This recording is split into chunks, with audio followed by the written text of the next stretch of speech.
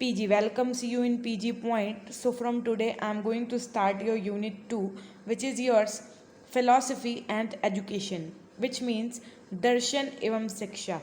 And I would like to tell you that your unit 1, which is your education, is completed with the short, long and very short answers also. Okay, so देखिए आज हम लोग पढ़ेंगे unit 2.1 और याद रखिएगा कि इस यूनिट को कंप्लीट होने में मे बी 1 वीक और 10 डेज लग जाएं आपके। क्यों? क्योंकि ये यूनिट आपकी सबसे बड़ी यूनिट है पेपर 1 में। देखिए, अगर आप अलग अलग यूनिवर्सिटी से हैं तो आप अपना सिलेबस डाउनलोड कर लीजिए। मे बी ये CSJMU का पेपर 1 है, आपके यहाँ का पेपर कोई और हो या आपके यहाँ का किसी और बुक का कोई और टॉपिक हो। सो टॉपिक वाइज पढ़िएगा, इसलिए मैं सारे थंबनेल्स में टॉपिक ज़रूर लिख देती हूँ, है ना। और अगर आपको इसकी PDF चाहिए तो आप हमारे टेलीग्राम चैनल PG पॉइंट से जुड़ सकते हैं, जिसका लिंक आपको डिस्क्रिप्शन बॉक्स और कमेंट सेक्शन में पिन हुआ मिल जाएगा। ठीक है, सो आइए पढ़ते हैं, क्योंकि आज का ये चैप्टर थोड़ा सा बड़ा होने वाला है, लेकिन अंत तक बने रहिएगा और एक कहानी की तरह चीज़ों को सिर्फ सुनते रहिएगा। मैं आज डिस्क्राइब नहीं करूँगी अपने शब्दों में। क्यों? क्योंकि उससे क्या होता है, भटक जाएंगे आप। ऐसे क्या होगा, एग्जैक्टली जो सुनेंगे वही आप सीखेंगे। ठीक है, सो आइए शुरू करते हैं। दर्शन एवं शिक्षा। अब सबसे पहले दर्शन का अर्थ जानेंगे, उसकी परिभाषाएं जानेंगे। याद रखिएगा, ये अर्थ और परिभाषाएं दोनों ही पूछते हैं पेपर में शॉर्ट आंसर में। अब देखिए, दर्शन शब्द का अंग्रेजी रूपांतरण फिलॉसफी शब्द, दो यूनानी शब्द यानी फिलॉस, एक आपका फिलॉस और दूसरा सोफिया से मिलकर बना है, जहाँ पर फिलॉस का मतलब क्या होता है, लव, और सोफिया का विजडम।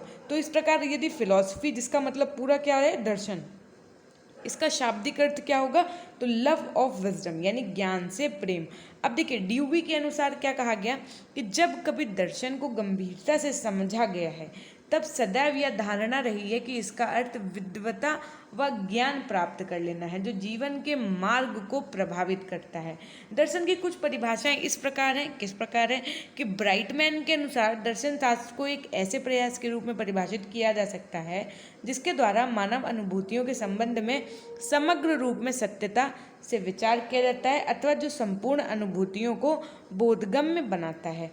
अब देखिए नेक्स्ट, RW सेलर्स के अनुसार दर्शन एक व्यवस्थित विचार द्वारा विश्व और मनुष्य की प्रकृति के विषय में ज्ञान प्राप्त करने का निरंतर प्रयास है। इसमें आप अपने शब्द में कुछ नहीं जोड़ सकते हैं, याद रखिएगा। जैसे जिस दार्शनिक ने जो बात कही है, आपको एज इट इज़ उन्हीं शब्दों में वो लिखना होगा। ठीक, अब देखिए, प्रसिद्ध दार्शनिक आपके प्लेटो के शब्दों में क्या कहा गया कि जो व्यक्ति ज्ञान को प्राप्त करने तथा नई नई बातों को जानने के लिए रुचि प्रकट करता है, जो कभी संतुष्ट नहीं होता, उसे दार्शनिक कहा जाता है। ठीक, यानी कि रोज आपके अंदर एक जिज्ञासा रहे कि आज हमने न्यू न्यू क्या सीखा, आज हमने न्यू न्यू क्या किया। मीन्स कल जितना आपको आता था, क्या उससे कुछ अलग आज आपने सीखा, क्या उससे कुछ अलग आज आपने किया। ये किसके अनुसार था, प्लेटो के अनुसार। फिर देखिए, बर्टरैंड के रसेल के अनुसार क्या कहा गया कि अन्य क्रियाओं के समान दर्शन का मुख्य उद्देश्य ज्ञान की प्राप्ति है।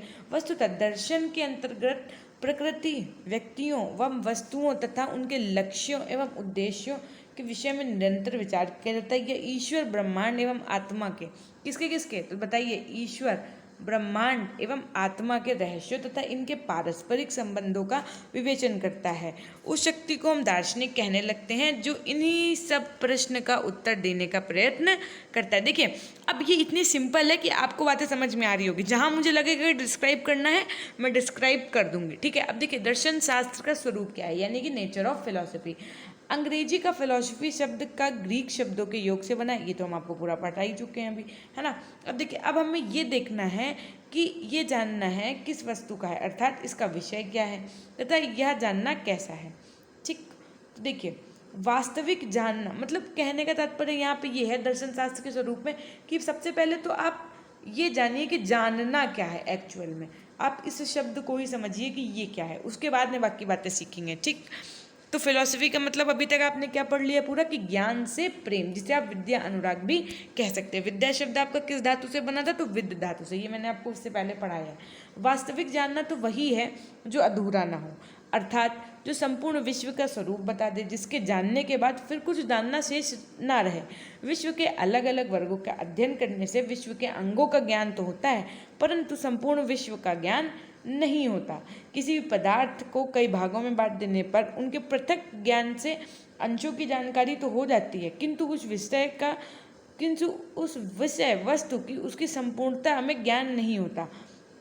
उसकी संपूर्णता में अध्ययन किया जाए तब उसका वास्तविक ज्ञान होता है। बहुत से दार्शनिकों ने दृश्य जगत, अब देखिए यहाँ से ये इंपॉर्टेंट है आपका, कि दृश्य जगत और वास्तविकता या तत्व में अंतर मानते हुए केवल तत्व को ही दर्शन का विषय बतलाया।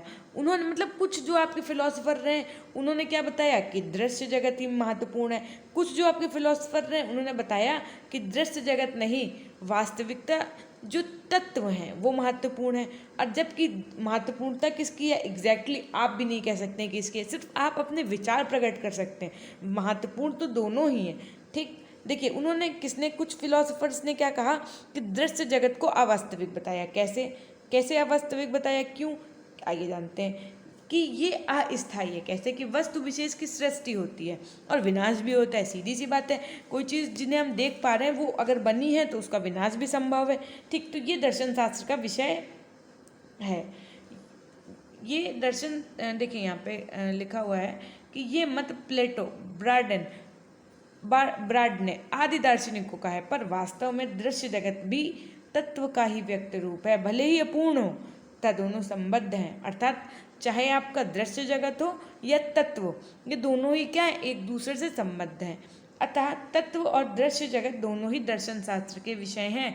दर्शन में हम मनुष्य की संपूर्ण अनुभूतियों की व्याख्या करने की चेष्टा करते हैं। अब देखिए, अब दूसरा प्रश्न क्या है, यह है कि जानना कैसे होता है। जानना मनुष्य के मानसिक प्रयत्न का फल है। साधारण तरीके से किसी भी पदार्थ को जानने में हम मानसिक प्रयत्न करते हैं, पर विषय की उतनी खोजबीन नहीं करते हैं।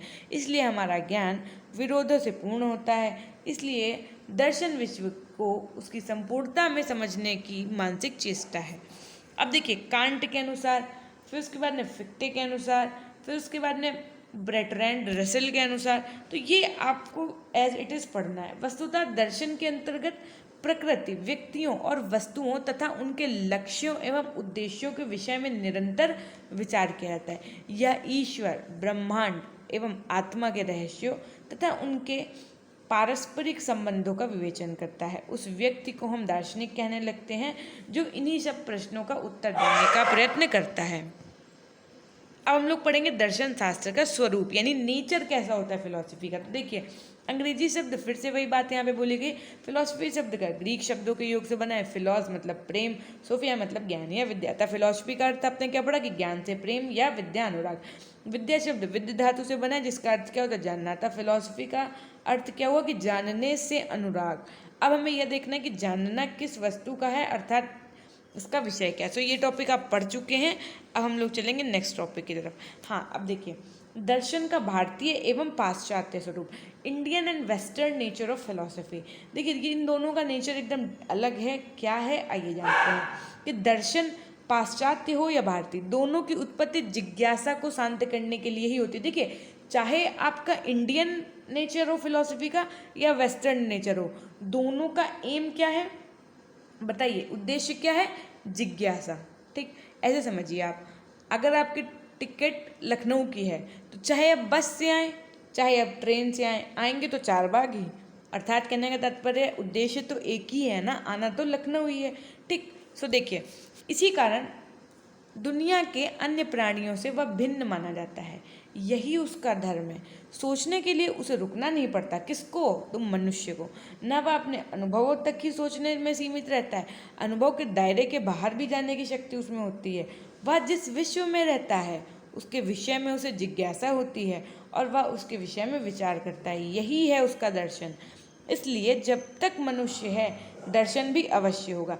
यानी कि मनुष्य किसके डायरेक्टली प्रोपोर्शनल हुआ बताइए, तो डायरेक्टली प्रोपोर्शनल हुआ दर्शन की। कैसे कि जब तक मनुष्य है तब तक दर्शन है। ठीक, फिर देखिए, एक दूसरे में अंतर बस इतना है कि यदि किसी का सोचना विरोध रहित और सुव्यवस्थित होता है तो उसके विचारों को अच्छा दर्शन कहा जाता है, और यदि दूसरे का सोचना अव्यवस्थित और भ्रमयुक्त होता है तो उसके दर्शन को भ्रमात्मक कहेंगे। मनुष्य का सोचना भी वास्तव में देश और काल से प्रभावित होता है, इसलिए सभी देशों का दार्शनिक दृष्टिकोण एक सा नहीं होता। सभी दर्शनों में साम्य होते हुए भी दृष्टिकोण का अंतर अवश्य हो जाता है। यही अंतर हम पाश्चात्य और भारतीय दर्शन में भी पाते हैं। देखिए नेक्स्ट पॉइंट कि भारत में दार्शनिक चिंतन का जीवन से बहुत ही घनिष्ठ संबंध रहा है। दार्शनिक चिंतन का उद्देश्य केवल, अब देखिए ये लाइन मोस्ट इंपॉर्टेंट है आपकी, केवल सत्य का अन्वेषण या खोज ही नहीं जैसा कि पश्चिमी देशों का विचार है, बल्कि सत्य का साक्षात्कार माना जाता है। इसलिए इसे हम दर्शन अर्थात साक्षात्कार कहते हैं। दर्शन केवल सैद्धांतिक अन्वेषण ही नहीं बल्कि उसके अनुकूल जीवन को ढालने का प्रयत्न है।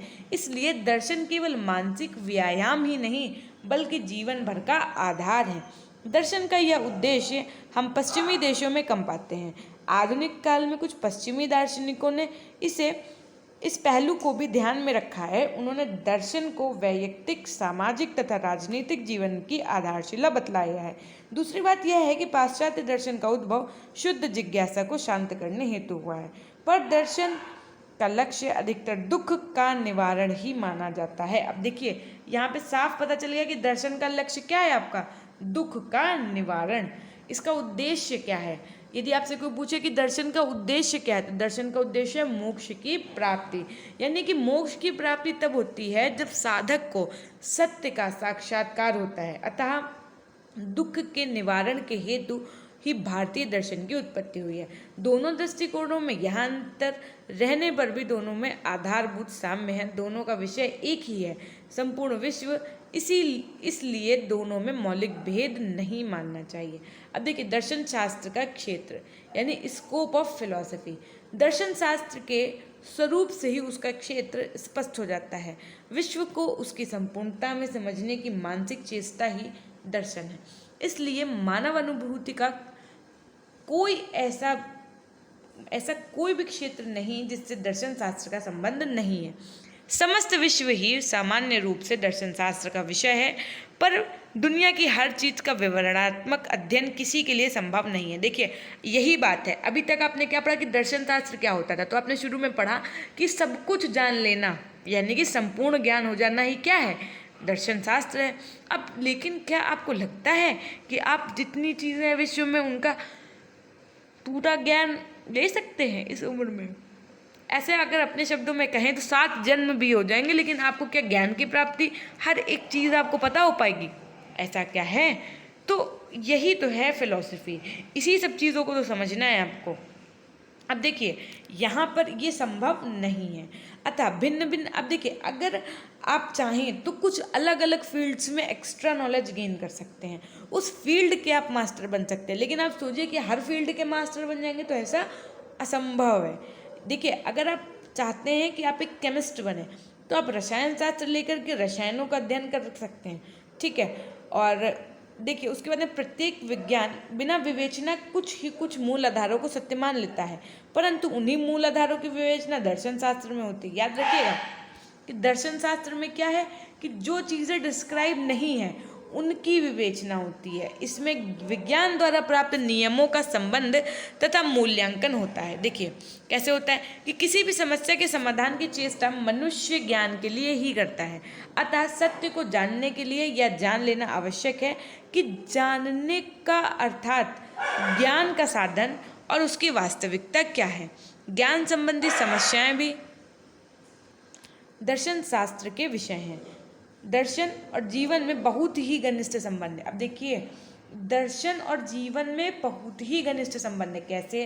अतः मनुष्य अपने अनुभवों का मूल्यांकन करता है। उन मूल्यों के लिए अच्छा, खराब, उचित, अनुचित, सुंदर, कुरूप आदि संज्ञाएं दी जाती हैं। इन मूल्यों का अर्थ क्या है? क्या ये हमारे विचार मात्र हैं या इनका वास्तविक अस्तित्व भी है? इसकी मीमांसा भी दर्शन शास्त्र में होती है। अर्थात इन सब की चीज़ों के जो विचार होते हैं ये भी किसके अंतर्गत आते हैं? दर्शन शास्त्र के अंतर्गत आते हैं। कुछ दार्शनिकों के अनुसार ईश्वर, आत्मा आदि जो अनुभव के परे हैं उन्हें दर्शन शास्त्र का विषय नहीं मानना चाहिए। उनके अनुसार वही सार्थक है जिसको अनुभव द्वारा सिद्ध किया जा सके। ईश्वर आदि के विचारों की अनुभव द्वारा परीक्षा संभव नहीं है, अतः ये शब्द निरर्थक है।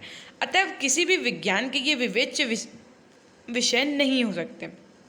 ईश्वर आत्मा आदि के संबंध में जो इनके विचार हैं, उनकी योग्यता चाहे जो भी हो, दर्शन शास्त्र के विषय में इनका मत मान्य नहीं है। यदि दर्शन अनुभव जगत तक ही सीमित हो तो विज्ञान और दर्शन में फर्क ही क्या रह जाता है। फिर यह विचारने के लिए भी कि ईश्वर, आत्मा आदि निरर्थक हैं, हमें इन विषयों का विचार करना पड़ता है। अतः ये दर्शन शास्त्र के विवेच्य विषय हो जाते हैं। भारतीय दृष्टिकोण के अनुसार दर्शन का उद्देश्य है, देखिए अब ये अब मोस्ट इंपॉर्टेंट पैराग्राफ है, ये मान के चलिए जैसे आप ए से लिखते हैं कंक्लूजन होता है ना, सेम वैसे ही। और अभी हम आपको अपने शब्दों में भी आपको बताते हैं कि क्या बात कही गई है यहाँ पे, कि उद्देश्य क्या है, दुखों का निवारण अर्थात मोक्ष की प्राप्ति। अतः जितनी भी विद्याएं हैं वे दर्शन के साधन मानी जाती हैं। दर्शन का क्षेत्र सर्वव्यापक है, इसलिए औषधि विज्ञान, व्याकरण आदि विद्याएं भी उसी के अंतर्गत विचार जाती हैं। पश्चिम के आधुनिक विद्वानों ने भी दर्शन में व्याकरण, साहित्य आदि पर विचार करना आरंभ किया। अतः हम कह सकते हैं कि दर्शन शास्त्र में जिन समस्याओं पर विचार किया जाता है वह सब दर्शन के क्षेत्र के अंतर्गत ही आते हैं। अब देखिए, कुछ साइंटिस्ट हैं जो कहते हैं कि दर्शन शास्त्र के अंतर्गत ईश्वर, आत्मा ये सब आते हैं। कुछ आपके फिलोसफर्स हैं ऐसे जो ये मानते हैं कि ये सारी चीज़ें नहीं आती। अब अगर सोचिए, आत्मा, परमात्मा, ठीक है, और ये सारी चीज़ें यदि दर्शन शास्त्र में नहीं आती हैं तो फिर विज्ञान और दर्शन शास्त्र में अंतर ही क्या रह जाएगा, है ना। अगर ये देखा जाए तो जो आपका दर्शन शास्त्र है उसके अंतर्गत ईश्वर, आत्मा, परम शक्ति, परमात्मा ये सब चीज़ें किसके अंतर्गत आएंगी, दर्शन शास्त्र के अंतर्गत आएंगी। और दर्शन शास्त्र का उद्देश्य क्या है, अभी हमने आपको बताया था, मोक्ष की प्राप्ति। ठीक, दर्शन शास्त्र को जानने से पहले हमने आपको क्या सिखाया, जानना क्या है एक्चुअल में। ठीक, अब शिक्षा और दर्शन का संबंध कैसे है, यानी कि फिलॉसफी और एजुकेशन का संबंध कैसे है, आइए जानते हैं। दर्शन जीवन और समाज के मूल्यों और आदर्शों के विषय में निर्देशित करता है। समाज विशेष की संस्कृति के संदर्भ में इन मूल्यों तथा आदर्शों की गहराई में जाकर व्याख्या करता है तथा उच्च जीवन मानदंड निश्चित करता है। शिक्षा अपनी व्यवहारिक योजनाओं के माध्यम से दार्शनिक सिद्धांतों को ही क्रियात्मक रूप प्रदान करती है। बिना दर्शन के शिक्षा अपना आधार ही जैसे खो बैठेगी। शिक्षा दृष्टिकोण से दर्शन का अध्ययन अत्यंत आवश्यक है। शैक्षिक दृष्टिकोण से दर्शन का अध्ययन अत्यंत आवश्यक है, क्योंकि इसके द्वारा शिक्षा का पथ प्रदर्शन किया जाता है। ठीक, अब देखिए फिर से वही चीज़ें हैं। बटलर के अनुसार क्या कहा गया, शिक्षा का दर्शन की शाखाओं, देखिए अब शाखाएं क्या है शिक्षा के दर्शन की, सबसे पहले तत्व मीमांसा, फिर ज्ञान मीमांसा और मूल मीमांसा। आइए जानते हैं कि क्या होता है। तत्व मीमांसा सबसे पहले बात करते हैं तो देखिए, तत्व मीमांसा मानव की उत्पत्ति के विषय में चिंतन व्यक्त करता है। यह मानव के ब्रह्मांड से संबंध पर भी ध्यान देता है। ईश्वर के संबंध में धारणाओं का स्पष्टीकरण तत्व मीमांसा द्वारा होता है। शिक्षा के लिए तत्व मीमांसा का निहितार्थ, वस्तुतः तत्व मीमांसा की जीव जगत संबंधी अवधारणा, छात्र की संकल्पना, छात्र शिक्षक संबंध, पाठ्य चर्चा तथा शैक्षिक मूल्यों को प्रभावित करती है। उदाहरणार्थ, भौतिकवादी दर्शन में आस्था रखने वाला शिक्षक बालक को एक भौतिक पदार्थ के रूप में ही देखेगा तथा उसकी शिक्षण विधि भी उद्दीपन अनुक्रिया के सिद्धांत पर आधारित होगी। ऐसी स्थिति में जीवन के मूल्य भी भोगवादी तथा ठोस जगत में सुखपूर्वक रह सकने से संबद्ध होंगे। लेकिन इसके विपरीत यदि जगत तत्वों से बना हुआ स्वीकार किया जाएगा तो छात्र तथा शिक्षा संबंधी अवधारणाएं उसी के अनुरूप बदल जाएंगी। फिर उसके बाद में आइए समझते हैं कि ज्ञान मीमांसा क्या है। तो अभी अपने तत्व मीमांसा में क्या पढ़ा, मेन चीज़ आपकी सबसे इम्पोर्टेंट क्या थी कि इसके अंतर्गत किसकी विषय में ज्ञान प्राप्त किया जाता है, तो मानव की उत्पत्ति के विषय में। आइए जानते हैं ज्ञान मीमांसा। ठीक, प्राचीन काल में इस विभाग को ही दर्शन विभाग कहा जाता था और तत्कालीन दर्शन शास्त्रियों ने इसे ही दर्शन शास्त्र की प्रमुख विषय वस्तु के रूप में स्वीकार किया था। इस विभाग में मानव बुद्धि एवं उसकी ज्ञान प्राप्त करने की क्षमता से संबंधित समस्याओं पर विचार किया जाता है। देखिए यहाँ पे आपकी ये लाइन इंपॉर्टेंट है, यही इसी से आप समझ जाइए कि ज्ञान मीमांसा क्या है। जैसे सृष्टि के ज्ञान प्राप्त करने की सीमा, उसके साधन प्रमाण, ज्ञान के स्वरूप, सत्य और असत्य के स्वरूप, यथार्थ और भ्रम के स्वरूप तथा मानव बुद्धि के यथार्थ ज्ञान प्राप्त कर सकने की संभावनाएं आदि। अब देखिए ज्ञान मीमांसा तथा तत्व मीमांसा में संबंध कैसा है कि ज्ञान मीमांसा तत्व मीमांसा से संबद्ध होती है। उदाहरण में देखिए कैसे, जगत के संबंध में यदि हमारा दृष्टिकोण भौतिकवादी है तो ज्ञान प्राप्ति के साधन प्रत्यक्ष इंद्रिय ज्ञान से संबद्ध होंगे। ज्ञान प्राप्ति की विधि वैज्ञानिक मानी जाएगी और प्रत्यक्ष ज्ञान ही केवल वैध माना जाएगा। जबकि जगत को यदि आत्मिक माना जाए तो ज्ञान प्राप्ति की विधि तर्क परक तथा सहज ज्ञान से संबद्ध होगी। ठीक, अब देखिए शिक्षा के लिए ज्ञान मीमांसा का निहितार्थ। अब ज्ञान मीमांसा क्या है आइए जानते हैं। अभी देखिए शिक्षा के लिए यहाँ पे मुख्यतः बात की गई है, तो विद्यालय का पाठ्यचर्या निर्धारित करते समय ज्ञान मीमांसा हमें प्रत्यक्ष एवं परोक्ष रूप से प्रभावित करती है। विषयों के चयन, पाठ्यचर्या के संकलन तथा पाठ्य पुस्तकों को निर्माण में यह हमें स्पष्ट रूप से प्रभावित करती है। ज्ञान मीमांसा हमारी शिक्षण विधियों को भी प्रभावित करती है। हमारी शिक्षा व्यवस्था में वैज्ञानिक विधि का कम प्रयोग, अनुकरण तथा सतत वाक्य ही महत्वता, सहज ज्ञान पर आधारित पर अधिक निर्भर रहना हमारी दार्शनिक धारणाओं को स्पष्ट रूप से परिलक्षित करते हैं। अब देखिए मूल्य मीमांसा क्या है। अब आपने तत्व मीमांसा पढ़ लिया, ज्ञान मीमांसा पढ़ लिया, अब क्या पढ़ेंगे मूल्य मीमांसा, यानी कि एक्सियोलॉजी। मूल्य मीमांसा का संबंध मानव जीवन के विभिन्न मूल्यों, उद्देश्यों और आदर्शों से होता है। इसके अंतर्गत निम्न 3 विभाग होते हैं। कौन कौन से? पहला तर्कशास्त्र, दूसरा नीति शास्त्र और तीसरा सौंदर्य शास्त्र। मूल्य मीमांसा के अंतर्गत इस विभाग का महत्वपूर्ण स्थान है क्योंकि तर्क के द्वारा ही यथार्थ के स्वरूप का निर्धारण किया जाता है। यह शास्त्र ही अपने आगमन एवं निगमन विधियों के द्वारा तर्क की वैज्ञानिक विधि का बोध कराता है। इस विभाग के अंतर्गत तर्कपूर्ण चिंतन, कल्पना अथवा अनुमान, उसके लक्षण, तर्क की पद्धति आदि के संबंध में विचार किया जाता है। अब यदि बात करते हैं नीति शास्त्र की, तो देखिए इस विभाग के अंतर्गत मनुष्य के आचरण से संबंधित विज्ञान समस्याओं पर विचार करके विश्लेषण किया जाता है कि मनुष्य को कैसा आचरण करना चाहिए और कैसा नहीं करना चाहिए। सौंदर्य शास्त्र, इस विभाग में सौंदर्य संबंधी विभिन्न समस्याओं पर विचार किया जाता है, जैसे सौंदर्य अथवा असौंदर्य क्या है, उसके लक्षण क्या हैं तथा उनके मानदंड क्या हो सकते हैं। शिक्षा के लिए मूल्य मीमांसा के निहितार्थ यानी एजुकेशनल इम्प्लीकेशंस ऑफ एक्सियोलॉजी। शिक्षा की दृष्टि से दर्शन शास्त्र की इस शाखा का अत्यधिक महत्व है।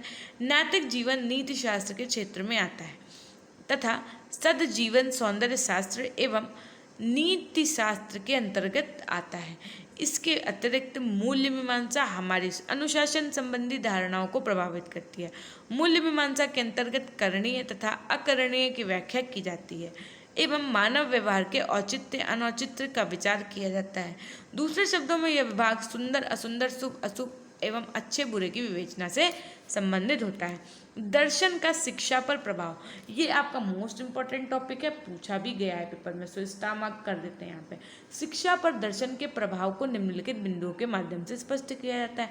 आइए जानते हैं कैसे। पहला टॉपिक आपका दर्शन शिक्षा के विभिन्न पहलुओं को प्रभावित करता है। कैसे करता है कि दर्शन वह सूर्य है जिसके चारों ओर शिक्षा के विभिन्न पहलू परिक्रमा करते हैं। शिक्षा की सभी समस्याएं दर्शन की समस्याएं हैं। शिक्षा के विभिन्न अंग दर्शन से सदैव प्रभावित होते रहते हैं। दूसरे शब्दों में जब भी किसी दार्शनिक विचारधारा में परिवर्तन होता है तभी शिक्षा के उद्देश्य, पाठ्यचर्या, शिक्षण विधियां एवं पाठ्य पुस्तकों में भी परिवर्तन होना संभव हो जाता है। कभी कभी शिक्षा के संपूर्ण स्वरूप में भी परिवर्तन देखने को मिलते हैं। नेक्स्ट पॉइंट, दर्शन उस लक्ष्य को निर्धारित करता है जिस पर शिक्षा को चलना है। शिक्षा का अर्थ है बालक के व्यवहार में परिवर्तन लाना, लेकिन समस्या यह है कि व्यवहार परिवर्तन किस दिशा में होना चाहिए तथा वास्तविक लक्ष्य क्या हो। दर्शन जीवन के वास्तविक लक्ष्यों का निर्धारण करता है तथा इन लक्ष्यों को प्राप्त करने की दृष्टि से शिक्षा का मार्गदर्शन करता है एवं उसका संचालन भी करता है। इसलिए हमें विभिन्न वादों के अंतर्गत शिक्षा के लक्ष्य भी भिन्न भिन्न देखने को मिलते हैं। नेक्स्ट पॉइंट, शिक्षा दर्शन का गत्यात्मक पहलू है। Education is a dynamic aspect of philosophy. वस्तुतः दर्शन विभिन्न कार्यों का सैद्धांतिक पक्ष है, जबकि शिक्षा व्यवहारिक पक्ष है। देखिए, दर्शन को क्या कहा गया है? सैद्धांतिक, और शिक्षा को क्या कहा गया? व्यवहारिक। दूसरे शब्दों में हम कह सकते हैं कि दर्शन ही हमारे जीवन के लक्ष्य एवं सिद्धांतों का निर्माण करते हैं तथा शिक्षा उन सिद्धांतों को प्रयोग में लाती है। अर्थात शिक्षा के माध्यम से ही जीवन के सिद्धांतों को व्यवहारिक रूप प्रदान किया जाता है। इससे स्पष्ट है कि शिक्षा एवं दर्शन का घनिष्ठ संबंध है। महान दार्शनिक महान शिक्षा शास्त्री भी हुए। यदि हम इतिहास पर दृष्टि डालेंगे तो पाएंगे कि प्रत्येक समय में महान दार्शनिक महान शिक्षा शास्त्री भी हुए। उदाहरण के रूप में प्लेटो, सुकरात, रूसो, गांधी एवं अरविंद घोष आदि के नाम लिए जाते हैं। ये अपने समय के महान दार्शनिक थे तथा महान शिक्षा शास्त्री भी। इन विद्वानों द्वारा लिखे गए ग्रंथ शिक्षा जगत में अमूल्य कृतियां मानी जाती हैं। दर्शन व शिक्षा की शाखाएं, branches of philosophy and education. इसके अंतर्गत 3 प्रकार आते हैं की शाखाएं आती हैं। कौन कौन सी? अभी आपने पढ़ी, तत्व मीमांसा, शिक्षा मीमांसा एवं ज्ञान मीमांसा तथा शिक्षा मूल मीमांसा तथा शिक्षा। फिर देखिए, तत्व मीमांसा के अंतर्गत वस्तुओं की वास्तविक प्रकृति। देखिए, तत्व मीमांसा के अंतर्गत वस्तुओं की वास्तविक प्रकृति के बारे में अध्ययन किया जाता है। ज्ञान मीमांसा के अंतर्गत ज्ञान संबंधी समस्याओं पर विचार विमर्श किया जाता है। वहीं मूल्य मीमांसा में तर्क, मूल्य तथा सौंदर्य, इन तीनों विषयों पर विचार किया जाता है। अब दर्शन अंतिम प्रश्नों के उत्तर देता है। कैसे? देखिए, शैक्षिक दर्शन दर्शन के आधार पर शैक्षिक समस्याओं की व्यवस्थित रूप में व्याख्या करता है। रसेल के अनुसार शिक्षा के अंतिम प्रश्नों के उत्तर देने का प्रयास ही दर्शन है। अतः शिक्षा के अंतिम प्रश्न दर्शन के भी अंतिम प्रश्न होते हैं। इस प्रकार दर्शन शिक्षा को निर्देशन प्रदान करता है तथा अनुत्तरित प्रश्नों को संतोषजनक ढंग से उत्तर देता है, जो मानव मस्तिष्क में निरंतर विचरण करते हैं। अब देखिए, शिक्षा का दर्शन पर प्रभाव। अभी तक आपने क्या पढ़ा? दर्शन का शिक्षा पर प्रभाव। अब आप क्या पढ़ेंगे? शिक्षा का दर्शन पर प्रभाव। देखिए, अगर ये टॉपिक हम आपको आज पढ़ा देंगे तो आप कंफ्यूज हो जाएंगे, है ना, कि अभी आपने दर्शन का प्रभाव पूरा पढ़ लिया शिक्षा पे। ये टॉपिक हम आपको नक्कल कराते हैं, मे भी टाइम लगेगा बट आप कंफ्यूज नहीं होंगे। सो अभी आपने जो पढ़ा उसको आप रिवाइज कर लीजिएगा एक बार, और ये शिक्षा का दर्शन पर प्रभाव कैसे है, क्या है, ये हम आपको कल पढ़ाएंगे। सो तब तक के लिए आप हमारे टेलीग्राम चैनल पीजी पॉइंट से जुड़ जाइए, जहाँ से आपको PDF मिल जाएंगी इस क्लास की, और जो भी क्लासेस होती हैं, जो भी लेटेस्ट अपडेट न्यूज़ से रिलेटेड आती है, वो आपको तुरंत लिंक वहीं पे मिल जाएगा, ठीक है। और इस टेलीग्राम चैनल का लिंक आपको डिस्क्रिप्शन बॉक्स और कमेंट सेक्शन दोनों जगह मिल जाएगा, आप कहीं से भी ज्वाइन कर सकते हैं। यूपी बीएड के हर एक पेपर का सिलेबस का प्लेलिस्ट में देखिए PDF है, आप वहाँ से सिलेबस का एनालिसिस भी कर सकते हैं, ठीक है। तो हमेशा खुश रहिए, मुस्कुराते रहिए, कभी अपने लिए तो कभी अपनों के लिए। और मेन चीज़ ये कि आप लोग वीडियो में कमेंट्स क्यों नहीं करते हैं, ये हमारी शिकायत है आपसे, है ना। वीडियो को ज़्यादा से ज़्यादा लाइक करिए, अपने फ्रेंड सर्कल में शेयर करिए, और साथ में कमेंट सेक्शन में कमेंट करना ना भूलिएगा। So thank you, till then take care, bye bye, meet up with you in the next video.